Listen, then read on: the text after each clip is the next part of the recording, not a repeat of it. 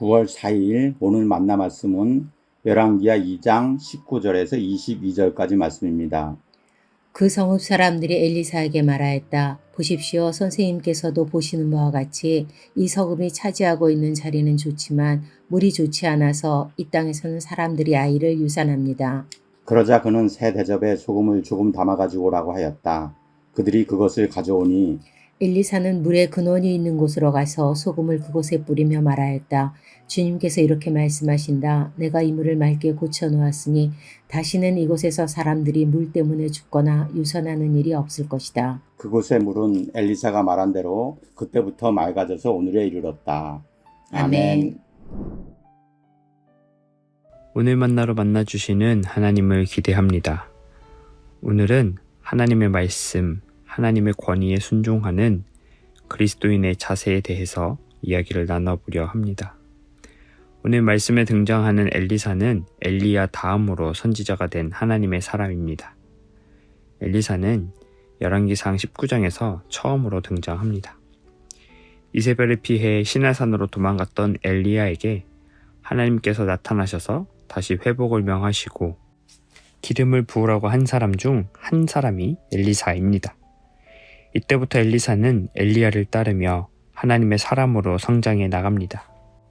오늘 본문은 엘리야가 승천한 이후 엘리사가 엘리야를 잇는 장면입니다.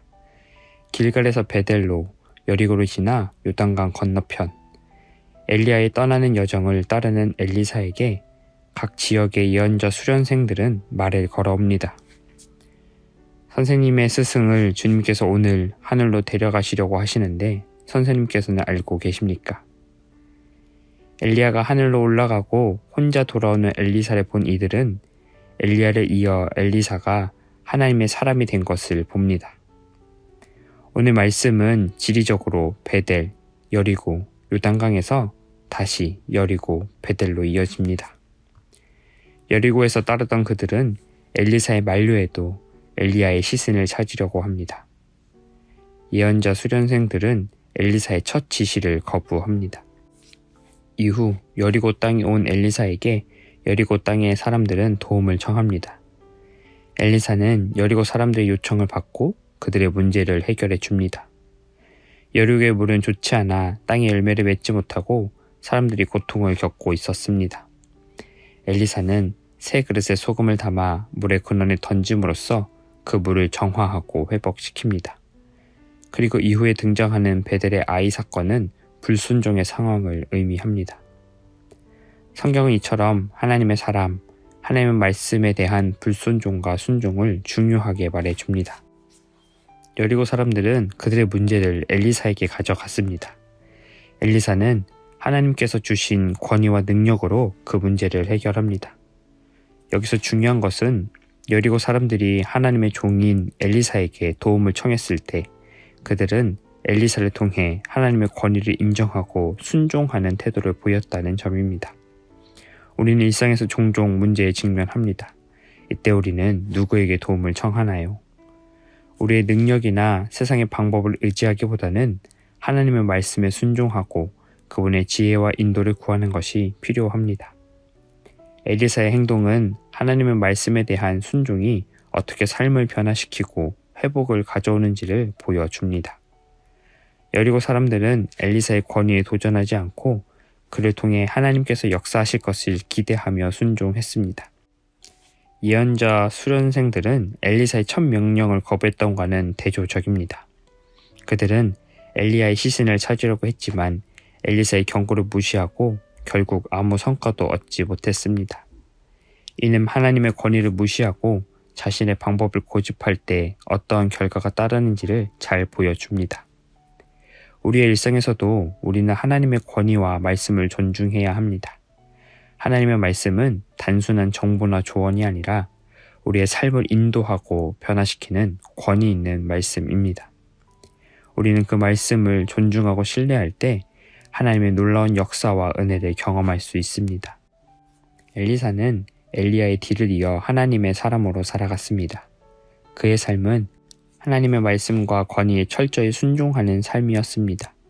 이는 그가 하나님의 능력을 나타내는 기적을 통해 증명되었고 주변 사람들에게도 인정받게 되었습니다. 우리도 하나님의 사람으로 살아가기 위해서는 엘리사처럼 하나님의 말씀에 순종하고 그 권위를 존중하며 살아가야 합니다. 이는 우리가 하루하루를 살아갈 때 하나님의 말씀에 귀 기울이고 그분의 인도를 따르는 삶을 의미합니다. 이처럼 하나님의 말씀과 권위에 순종하는 삶이야말로 진정한 신앙인의 자세입니다. 우리가 일상에서 마주하는 크고 작은 문제들 속에서 하나님의 말씀을 신뢰하고 그 권위에 순종할 때 하나님은 우리의 삶을 회복시키시고 놀라운 은혜를 베푸십니다. 하나님께서 오늘 우리에게 주시는 만나와 같은 말씀을 기대하며 하나님의 권위 아래서 겸손히 살아가는 저와 여러분 되기를 소망합니다. 하나님은 언제나 우리의 필요를 하시고 그 필요를 채우실 준비가 되어 있습니다. 우리가 그분의 말씀에 순종하고 그 권위를 존중하고 살아갈 때 우리의 삶은 하나님의 놀라운 역사로 가득 차게 될 것입니다. 기도하겠습니다. 하나님, 오늘도 우리의 삶에 말씀하시고 인도하심을 감사드립니다. 우리가 엘리사처럼 하나님의 말씀에 순종하고 그 권위를 존중하는 삶을 살게 하옵소서. 우리의 일상에서 하나님의 인도하심을 따르며 그분의 능력과 은혜를 경험하게 하옵소서. 예수님의 이름으로 기도드립니다. 아멘. 이제 2가지 기도 제목으로 기도하겠습니다. 첫째로, 오늘 하루 하나님의 말씀에 순종하고 하나님의 말씀을 따라 살아가는 그리스도인 되게 하여 주옵소서. 둘째로, 우리에게 허락하신 하나님의 자녀 다음 세대 가운데 말씀의 중요성이 이어지게 하셔서 참된 그리스도인으로 자라갈 수 있게 하여 주옵소서. 수고하고 애쓰는 차세대 교육자와 교사 가운데 하나님의 주인 되심이 드러나게 하여 주옵소서.